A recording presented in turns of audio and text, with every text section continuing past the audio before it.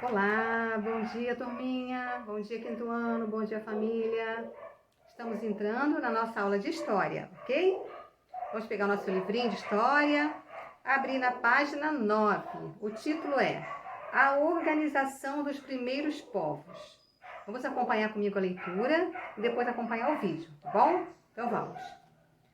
Nas primeiras aldeias da história, os maiores guerreiros eram os chefes.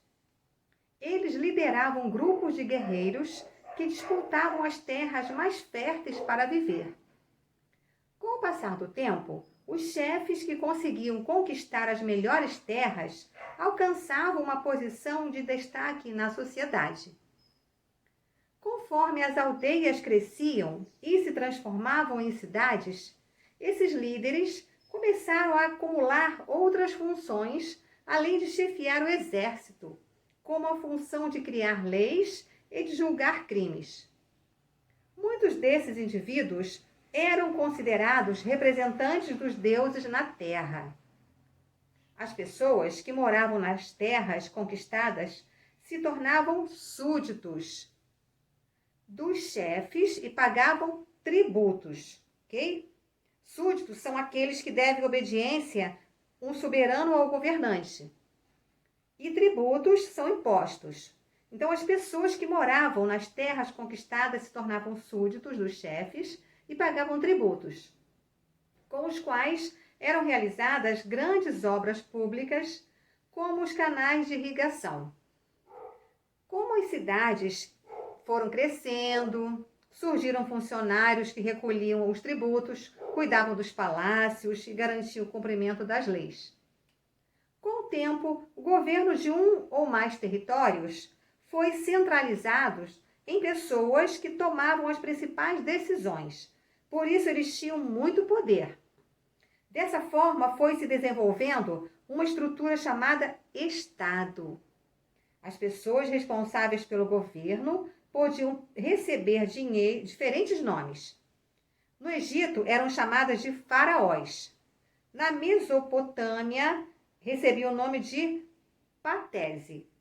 Todas essas palavras podem ser traduzidas como governante. Agora vamos acompanhar comigo sobre esses povos da Mesopotâmia que foi comentado aqui. Vamos acompanhar. Conheça as principais características de alguns povos mesopotâmicos. Os sumérios, há mais de 5.000 anos, construíram as primeiras cidades do mundo, Eridu e Uruk. Os amoritas, um de seus líderes era Hammurabi, que ficou conhecido por criar e registrar o Código de Hammurabi, há quase 1.000 anos na cidade de Babilônia. Os assírios habitaram a região há 3.000 anos, tinham um exército forte e por isso conquistaram vários povos. Os caldeus derrotaram os assírios e se instalaram na Babilônia. Acredita-se que esse povo criou o Jardim Suspenso da Babilônia, considerado uma das 7 maravilhas do mundo antigo. Muito bem, crianças. Vocês viram então os povos da Mesopotâmia, que foram os sumérios, os amoritas, os assírios e os caldeus, ok? Aqui na página 11 tem o estandarte de Ur, é uma caixa de madeira produzida pelos sumérios, aproximadamente 4.600 anos. Um de seus lados apresenta cenas de uma batalha em que os sumérios foram vitoriosos e ficou conhecido como guerra. O outro lado, denominado paz, mostra cenas relacionadas à celebração da vitória. Observe esta reprodução de um dos lados do estandarte, tente encontrar as seguintes representações.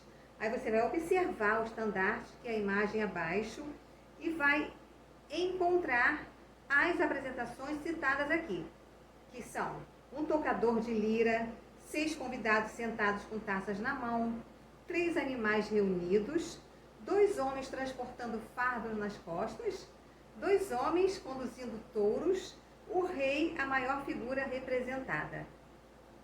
Aí vem para você responder o número 2. Assinale qual lado do estandarte de Ur foi apresentado nessa imagem. Aí você vai aqui refletir e responder a questão 2, ok? Nas páginas 12 e 13, mostram aqui o cotidiano de uma cidade mesopotâmica, ok?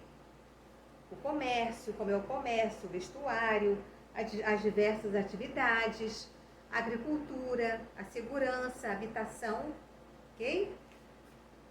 E na página 14 tem exercícios baseados nessas questões. Na página 15, fala-se sobre os egípcios antigos, onde diz: as primeiras cidades egípcias surgiram às margens do rio Nilo, sendo Tebas, Mênfis e Luxor algumas dessas cidades. A vida dos egípcios antigos ocorria em torno desse rio. Leia a respeito de algumas características desse povo. Então, nos mostra aqui os alimentos, os vestuários, os impostos, a agricultura, a escriba, o papiro, cheias do rio Nilo e o transporte. Todas as informações baseadas nos egípcios antigos, ok? E na página 16 tem Explorando Documentos, onde nos mostram imagens, né? Imagens dos povos do passado. Na imagem 1, 2 e 3. Na imagem 1 é o jarro, né? Um jarro pequeno. Na imagem 2 é uma lança do rei de Portugal. Na imagem 3 é uma lira de uma rainha antiga da cidade de Ur, produzida por volta de mais de 4.000 anos.